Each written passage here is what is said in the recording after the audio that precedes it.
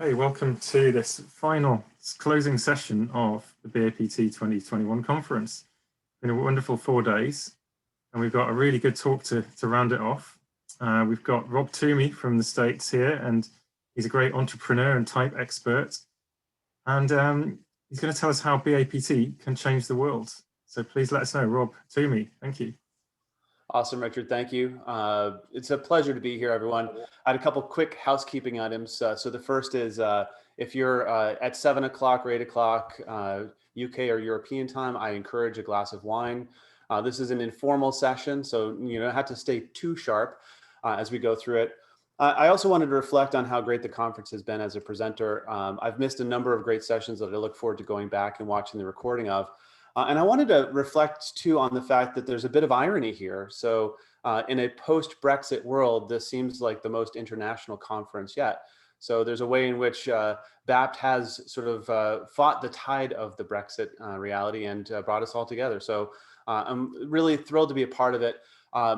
It's an informal conversation that I'm looking to start today, not a sort of formal presentation with a whole bunch of content to try to get across. So my hope is that we're going to start a conversation that will keep going for a number of years. Nothing that I'm introducing here is sort of earth-shattering, but there's an opportunity for us. And when I say BAPT, I mean, I really think that there's an opportunity to do some really special things together. So for those of you who had a chance to look at my promo video, I did get a little bit of feedback on that. So I wanted to clarify that the gentleman in the video is not Carl Jung. So that was just me dressed up as him. If you have not had a chance to check it out, it was a lot of fun to put together.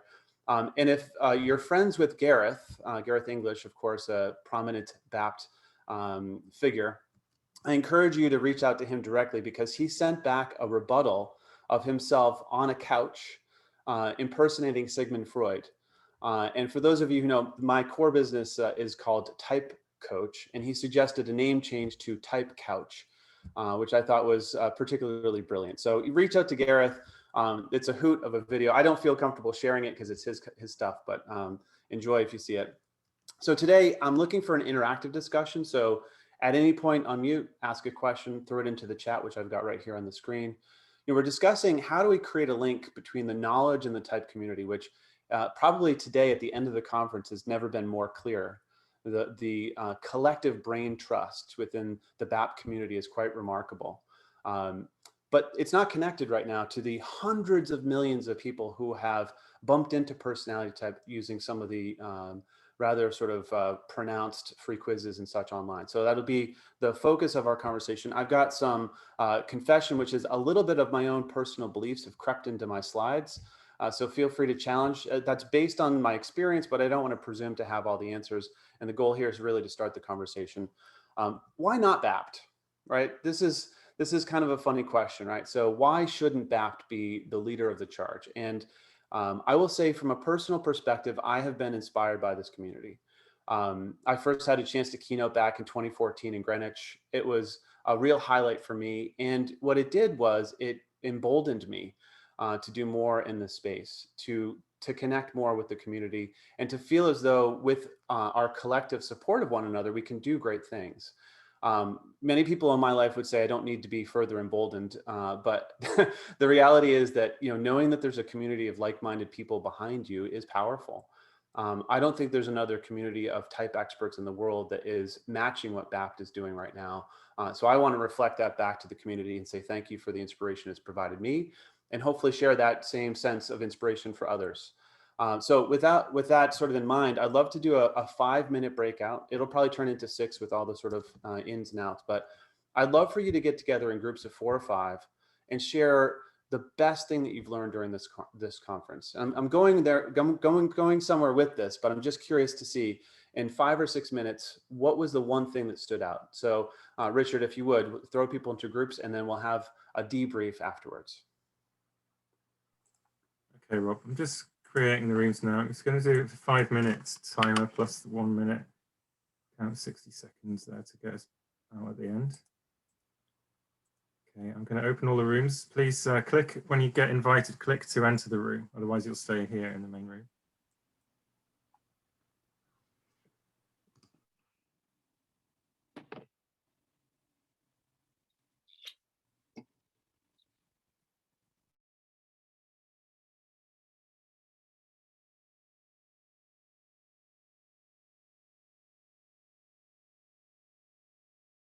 really nice discussion in our group. It's fun to sort of go from facilitator to participant every 2 seconds. So I'd love to hear from one or two people. If there was something in your group that you heard that really just stood out to you, feel free to share.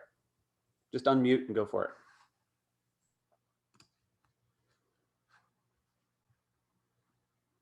I'll do a quick one, Rob, as no one else has spoken. Basically, some people said meeting new people. So even though it's been virtual, we have been able to meet new people, which is good. And there were lots of other comments about so much knowledge we've acquired, and the time for reflection has been useful as well. And images, that's something for me personally, that's the value of images that's come across. Thank you, Catherine. Can I say from our group, it was a big question. Not everybody could answer it immediately. Josh said the left-handedness was one of the two things. I can't remember the other one, that he found that image that which is a preference is a bit like being left-handed or right-handed. Anna said Linda Berens talking about learning about type has changed my life. Well, that's just sort of like a bit of a summary of how important all this is.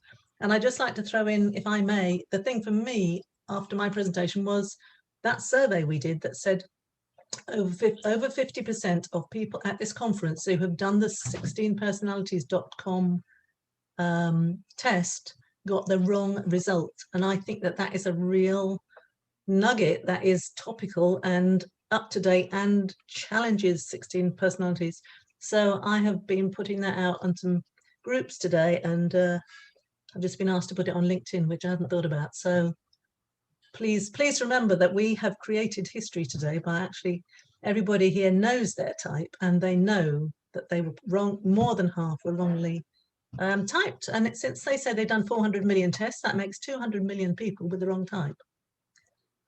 Thank you, Teresa. I'd actually love to hear from others, but the segue is too perfect. So I'm going to jump back into the slides. So we're going to be talking about 16 personalities in fairly good depth, because it's a really big part of the story about the acceleration of access to the terminology. First step, however, I would love for people to consider, take the sort of most, well, I know a number of people were saying it's hard to say what their favorite thing was, but how difficult would it be for you to explain your favorite learning from the conference to someone who's new to personality type? Would it be sort of a 2-second thing? Oh, by the way, or perhaps more likely, would it take a while to get them to a point where they have the foundational knowledge in the methodology and framework to really understand the significance of what you've just learned? And that's not just to say that we're at an advanced level of learning, and so it's hard to go back to that beginner's mindset. But the nuggets that we have in the community are often difficult to convey. And that's one of the things that I think is really interesting for us to sort of discuss as a group, which is how do we find an easier path for dissemination of information? And in particular, if the information is very theoretical in nature, how can we translate that into something that's more practical for people newer to the framework, basically to speed up their acceptance and understanding of it? So again, starting the conversation, I'd love to get people to consider how easy it would be. Going back and talking to your spouse who's heard about personality type for years, but has never really dug into it. Would it be easy to convey some of the insights from the conference that you've learned to that person? So while you're noodling on that, I did some maths, and I thought this would be helpful, and this goes right into what Teresa was saying. So thank you for the setup. So right now, roughly 7.9 billion people on the planet in 2021.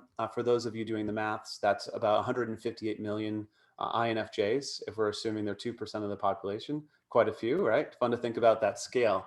And I like to reflect, going back to some period in the early 2000s when, most practitioners that I spoke with, and certainly this is the number that we quoted, roughly 2.5 to 3 million people per year will go through the Myers-Briggs. That was the number that was out there as a sort of grounding point for us as a community. And then, of course, we've seen this massive acceleration. And I don't think I appreciated until last April just how dramatic that acceleration has been. It is truly exponential. So here's some specific maths for those of you not as aware of it. So Truity, which is sort of number 2 behind 16 personalities, 1.2 million tests taken in the last 30 days. That is breathtaking, right, to consider, right? But of course, the granddaddy of them all, so 16personalities.com. When I wrote my sort of submission for this keynote, I went onto the site and I took a picture, and it said 342 million tests have been taken at that time. 3 months have gone by since I submitted, and we're at 393 million. That is 50 million people. And so we'll get to Teresa's concern in a moment, right? But the staggering amount of people going through is something to look at. So if we take 16 personalities at 16.6 million per month on average, we add in the Truity 1.2 million per month, we have this almost incomprehensible 17.8 million people per month, 406 completions every single minute. If you're trying to get a fun way to think about it, that's 24,000 people will go through during the course of my keynote. 24,000 people. I grew up in a town with 30,000 people in it, right? And I thought it was a big town. We're going through the world at a remarkable rate. If you map that out into the future, it's only going to take us 33 months at that rate to reach 1 billion users. And my suspicion is that the rate is only going to accelerate as more and more people around the world get access to technology and hear about and become curious about our field of interest, the thing that many of us are so passionate about. And I did a little bit of tricky math. So that makes up 17% of the global population who are older than 15 years of age. So it's just funny to think about, like, we're starting to reach a really interesting inflection point where, if you consider in a few years' time, the vast majority of adults out there in the developed world will be familiar with this in some capacity. And we can talk about what that capacity is in a minute. So I wanted to also then reflect on what does the community of personality type experts look like. So if you go to LinkedIn and you type in MBTI, this is actually a great way to filter and find people within our community of shared experts. These are people who are indicating that they're MBTI qualified or are doing that work somehow professionally. 96,000 people. That's actually not too shabby. However, it's dwarfed by the 400 million. This is my estimate, sort of not just using 16 personalities, but there's plenty of redundancies and repeats, and not even counting all the other sort of solutions out there. So let's say there's 400 million people, 96,000 MBTI people listed on LinkedIn, and then we've got little BAPT over here. Now, I think if you were to reverse the imagery, the amount of knowledge contained in these three communities would be reversed, right? So the largest hunk of knowledge in terms of interaction styles and survival games, all of that information is held in the BAPT piece, but it's not held everywhere else. So I thought I'd do another breakout, sort of stimulating your thinking. So if you could tell 400 million amateurs one thing about personality type, what would it be? I'm going to give you another 5 or 6 minutes. We'll do another breakout, Richard, if we can. And I'd love to get people thinking. And again, you're not going to have the first magical thing, so don't put too much pressure on the answer being perfect. But I'm just curious to start that conversation.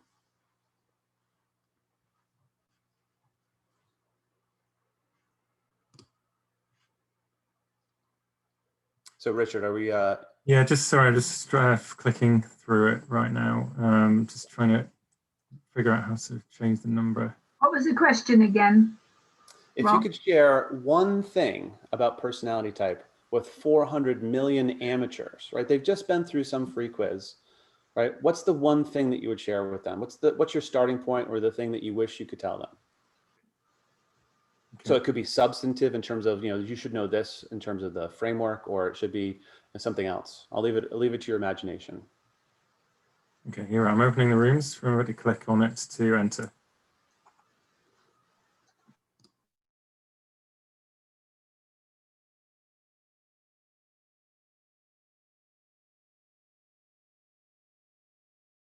I'd love to hear a couple observations. What stood out for you from your conversations?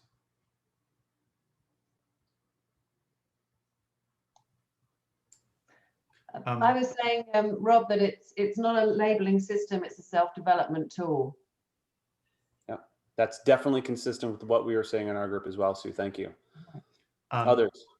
One of the things go ahead. It's all you, Sterling. Go for it. All right. One of the things that we talked about was something I spent some time preparing for our presentation yesterday, was helping people understand the core benefit of type, kind of the why of type, which it can often shorthand into a couple of books in our area, Gifts Differing. I'm not crazy, I'm just not you. That kind of depersonalization, and this idea that no matter what model you're using, they all come down to, I'm me and I'm not you, and that's okay. and potentially we can work on some ways to leverage that, to, do that. But just idea of, I often use the phrase, the power of mental diversity, right? Just that is kind of the benefits of type. And, if you're excited about the benefits, then off we can go.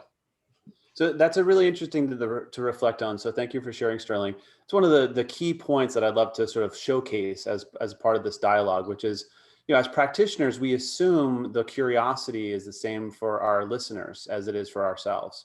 That they're just as interested in this topic organically in the same way that we all came to it. When the reality is they need a lot more, why do I need to know this help for them to engage really meaningfully in getting further into the process. There are also echoes in our discussion about this being a journey, not a destination. It's the first part of a whole body of work. So and as people are throwing into the chats, right now we're starting to talk about some of the practical things. So Sue says better marriages. Now that's a good why, right? That will create some urgency as opposed to, well, it's a really interesting framework.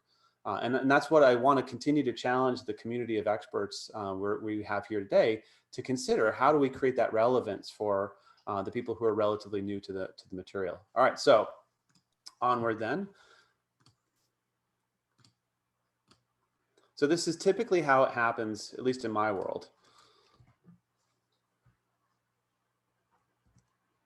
My girlfriend made me take a free type quiz. Cool, I'm actually an expert in that. Do you have any questions about your type?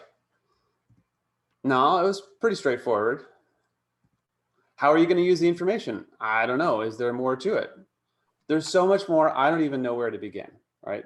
And this is often where the practitioners are saying, if you think about the last thing that you learn in personality type is perhaps years away from the person who's brand new to it in terms of, the amount of information they need in order to actually get to that level of insight that you've just experienced.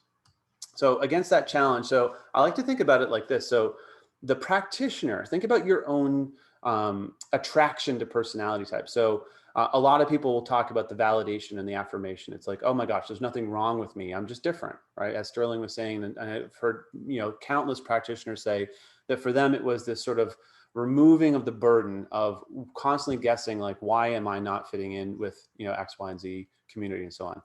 A lot of people find the theory absolutely fascinating. They're just drawn to it from wow, this is consistent with my own experience. That's amazing. People here, they love to learn, right? The practitioner community is a very different approach. So this is typically how it works. See if this resonates for you from your own sort of progression from zero knowledge about personality type earlier in your life to where you are now. So the initial encounter might be a book that you come across. For us, it was Do What You Are. We were in a career stage. My wife and I were thinking about what to do with our lives. And that book absolutely changed how we thought about that. Could be a free quiz, and again, that's not necessarily a bad starting point if it goes somewhere constructive, a blog post that gets you thinking about it. And for the practitioner, the fire is lit, right? There's sufficient curiosity and intellectual hunger for what's been sort of conveyed to them so far that they carry forward. They read more books, they get certified, they start going to BAPT conferences, right? And then ultimately they end up with a career in this if they're lucky. They're doing counseling work, they're doing coaching and training. It becomes a lifelong passion. This is not typically how it works for the amateur, right? So the amateur, less likely to have come across it in a book. We're talking more about a free quiz, or they were brought into the program through a course at work. And that's really where it goes, right? The sole outcome is, I know my 4-letter code, or as Teresa says, I have an idea of what my 4-letter code might be. The reality is, my experience suggests that we're not seeing the fire really getting lit unless there's a long-term engagement with a coach or someone else who's holding their hand and really spelling out for them, here's how you can use this on a day-to-day basis. And over that time period, you can start to see the fire start to burn and they get curious about other things. But for the most part, the rest of the world, the amateur world, once they've got the 4-letter code, are subject to inertia. Now, I put this in quotes as my personal belief. This is where I said a little bit of that crept in. So take it or leave it. My belief is that inertia is the most powerful psychological force. What we've done before is likely going to be what we're going to do in the future going forward. And so providing someone insight about their personality type, just a PDF or some form of report about their 4-letter code, is not going to change their behavior. And I believe that for most people, the behavioral change is the first flicker of that flame. Once they start to see that actually, if I do this, my marriage gets a little bit better, or my boss becomes less annoying, or, you know, along the list of practicalities, if they start to see some results from a behavioral perspective, then they become addicted in a good way to learning more about the framework, and they start to get curious about the theory. But it has to be somehow related to a positive behavioral change, and that's really, really difficult for people to figure out on their own. That's my personal belief. So my suggestion, I'm going to be leading this into a discussion in a few minutes, is what if we created a new attraction for the amateurs? And I mean, bees to honey, how can we get this to be relevant for them without a lot of coaxing or coercion? Well, my belief is, first, if we can get this to be relevant in the context of interpersonal communication, you know, as Sue said, if they think that this is going to be the thing that, you know, saves their marriage or allows them to have a better relationship with their boyfriend or girlfriend, giving them insights into how other people tick. And this is a little bit different than how historically personality type has worked, right? For the most part, it's helping me understand myself. If we can make this relevant by fixing a problem that they currently face and introducing a new process alongside that, we get a different result. Now, this is not, hopefully not too controversial, but I do believe that this means rest in peace to one and done training. You know, the expectation that someone's going to modify their behaviors after an afternoon together learning about these concepts, I just haven't seen it very often. It's rare. Even the most sort of well-intentioned learner has a hard time translating the insights that we often convey as practitioners into things they can start doing differently. Certainly, if it's only here's your report, whether it's through a free quiz or just you're handed the report in some form of quick thing. And I'm also going to suggest theory first learning. I think as a community, we have to accept the fact that practical piece has to come first if we want to engage with the broader audience of people who don't have that initial hunger, that initial fire that we as practitioners led us to the longer learning journey. I think we need to give them things that they can start to use immediately that will then later on produce that energy. So this is the new formulation that I'm suggesting. So, and again, it's to stimulate the dialogue. I want to see if you think this makes sense. But the initial encounter is the same. So they go through a course at work, they take a free quiz. But if there is a focus on practicalities, if there's something they can do differently tomorrow than today to break that inertial pull, if we can focus on the interpersonal piece where there's a lot of urgency and a lot of sort of hunger and demand for things that will make their lives easier or better on that front. And if there's an ongoing access component, so that it's not just simply a one and done experience, that's when I think the fire can be lit. And that fire will then sustain them to the place that we as experts in this topic want them to go, which is now I can explain the hierarchy of functions in a little bit more detail. I can get into some of the nuances behind the scene. The meatier parts, the more expert topics, you can't just lead with the in the grip material and hope that the person's going to suddenly understand the hierarchy of functions, how the dominant goes to the inferior. All that stuff is rather complex. But if the fire has been lit, then they will follow you down that path. So that's my belief. And then of course we have lifelong users, people who support the methodology. And my absolute knowledge is all of us here have seen this phenomenon occur. We've had those magical clients who've gone the whole way with us. They're transformed at the end, at least from a behavioral perspective. They're able to integrate a lot of what we provided them in terms of insight. So throwing a lot at you. I'd love to hear in the chat, what are the most valuable things you've learned regarding communicating with different types? So specifically honing in your focus, what has been valuable for you understanding this framework as it relates to communication with others?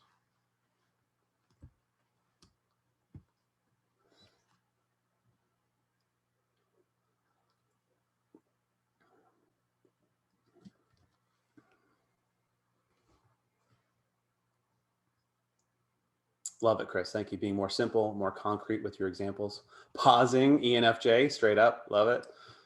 See the world as I see it. Allowing time for thought. It's super simple, Jerry, but man, it is so powerful if you can just create the space for other people to get there on their own. There are other valid perspectives. The need of others for specifics. Julie, I live this every single day, right? If I don't get into that level of clarity, then I've lost everyone that I'm listening to. One of my biggest personal insights is intuitives only make up about 1/3 of the population. So if I speak in my normal style about the future and the possibilities, I'm likely to lose 2/3 of the population if they're not able to meet me more than halfway. Love it. Don't assume agreement. Oh yeah, these are great. Thank you, Jane. That's a great one. Yeah. Yeah. And that psychological safety piece that Angelina was talking about in her talk, I think is central to what we can provide if we get the language of personality type in there correctly. Yeah. Interaction style, Sterling, great shout out. Right. That's a huge aha moment. And I actually think, Catherine Stothart, Linda Behrens are touching on this I think, avenue into a more immediate relevance. Like once people understand the interaction styles piece, or how do I get along with other people, as Catherine would say, they start to see, wow, this is something I can use immediately to inform how I approach other people. It's been the sort of focus of our work on my team, which is how do we make this relevant in the context of those interactions? Yeah, intent and impact. Interesting, Teresa. ENFPs give the most positive feedback at all, but also crave it a lot more than the other types. Fantastic. All right. So in the background of that communication element, I want to do another breakout. I'd love for you to consider whether or not, and this is open for discussion, whether or not focusing on the interpersonal communication elements could make us more relevant as a community. If the insights just shared here in the chat over the last 2.5 minutes, if that was the starting point for the learner's journey, would that dramatically accelerate their curiosity, their ability to learn more, and open up the doorway to the positive gateway drug for them to learn more and more interesting things? So Richard, if we can, we'll do another 5-6 minutes on this topic. Okay, I'm opening the rooms now, so click through once you get the invite.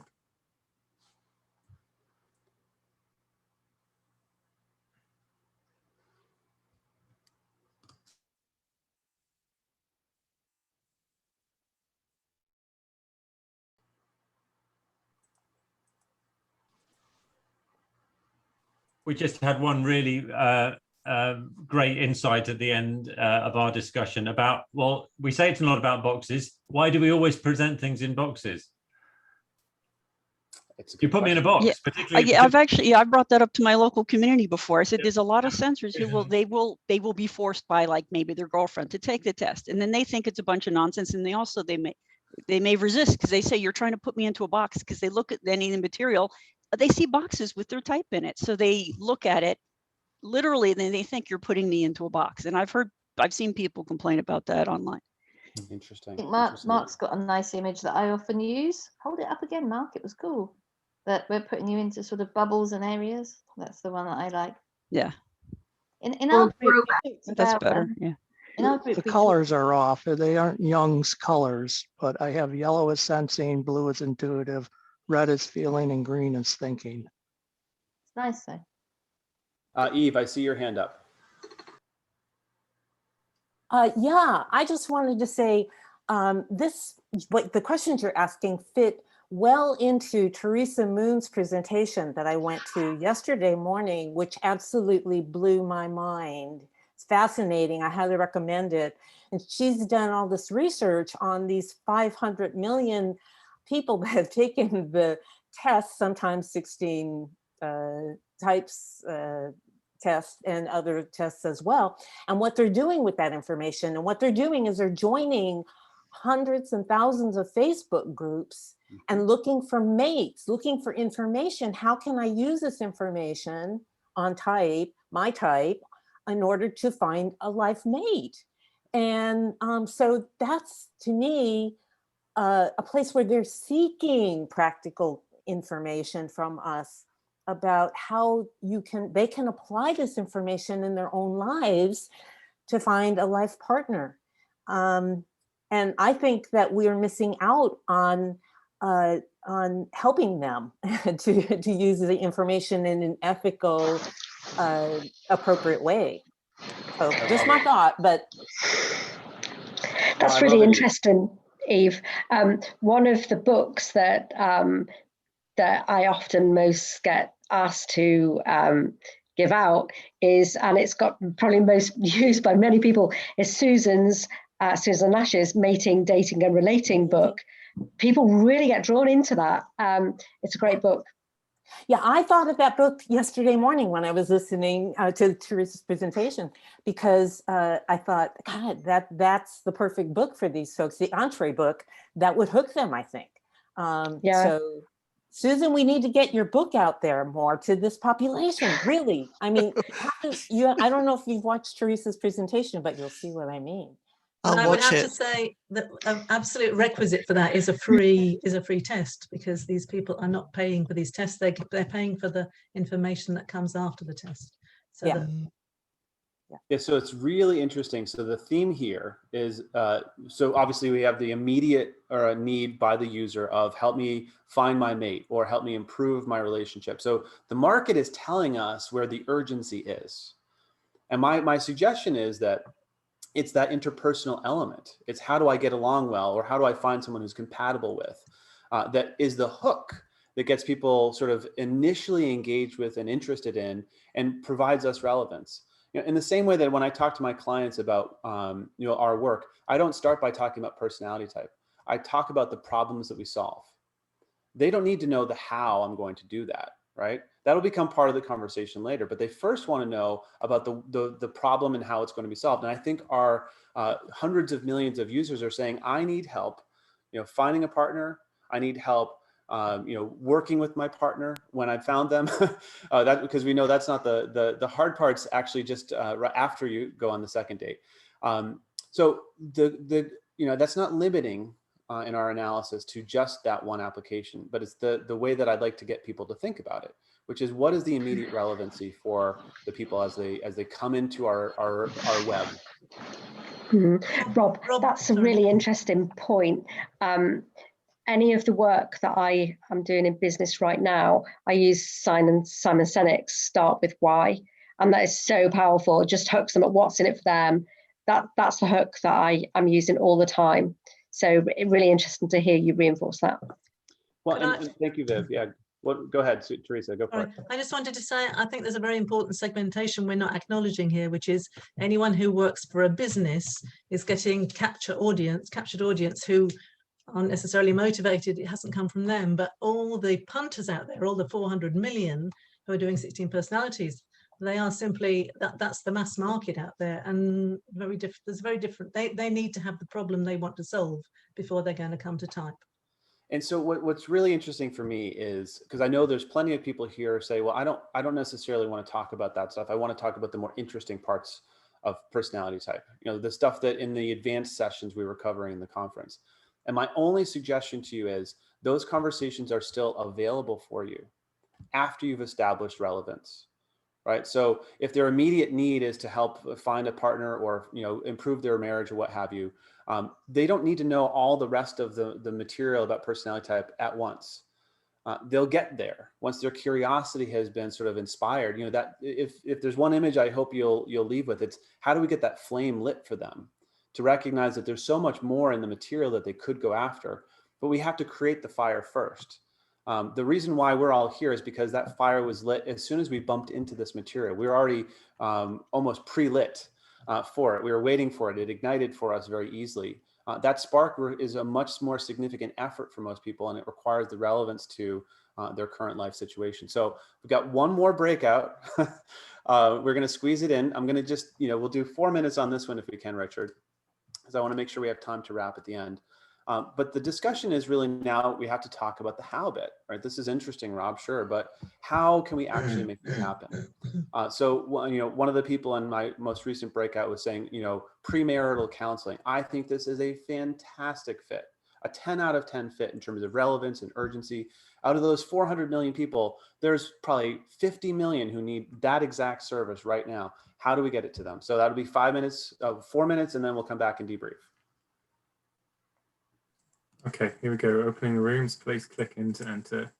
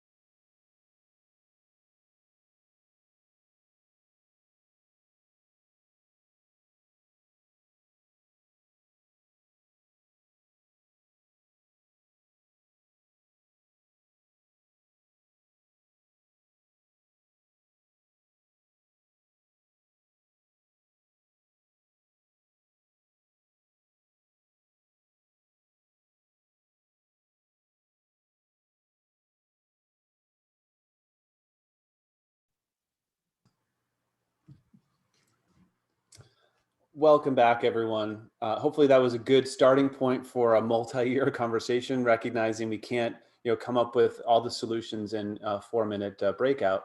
But I was really appreciative of the comments in my group, which was getting into those practicalities earlier in the conversation, establishing the relevance with the client, whatever the context, whether it's personal or professional.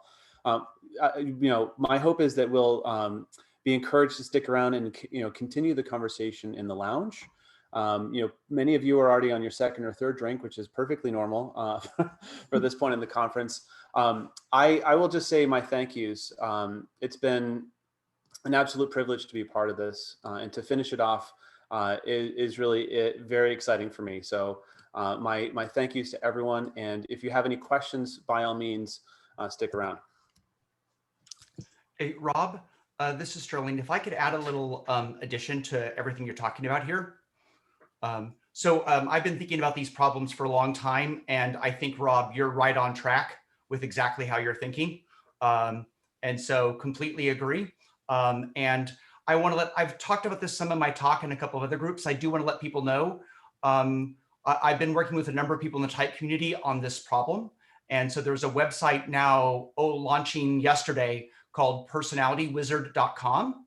And it's a goal to have something free that connects the community. I think at least 9 of the speakers at this conference are authors as participants in that particular website, all providing content. And our goal is to do exactly what you're talking about here, Rob, which is how do we connect people to the broader community? And we'll continue to make Personality Wizard as more and as accessible to people to make it relevant and cover those whys, because we definitely want to go do that.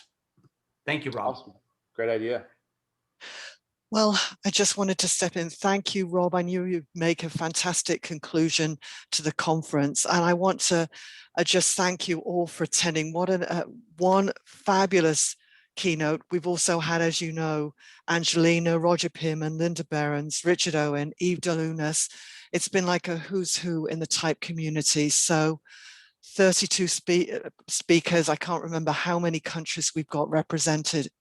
So thank you all for coming, attending, and everything will be uploaded onto the website.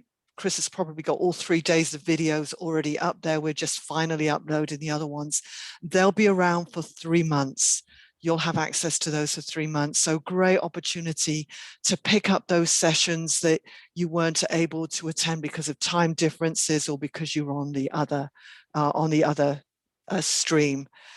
So a big thank you from the board, and I have to say a huge thank you. The BAPT board has worked their little cotton socks off doing this. So I think big round of applause. And who am I passing it back to? So who do I pass it back to? Is it Sarah or Richard?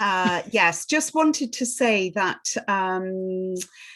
this is Susan Nash, who is the best known global type practitioner out there, has been the events director at BAPT for since 2016, quite a number of years. And we gave a very heartfelt farewell to you at the AGM, and just we were wanting, and that's your plaque, yes, and we were wanting to just in this forum say from all of us, Susan, just thank you for your orchestration, your organizing, your networking and everything to pull together the speakers and the conference. We've all worked hard, but you've really led it. So just thank you, Susan, very much indeed from the type community for this incredible conference.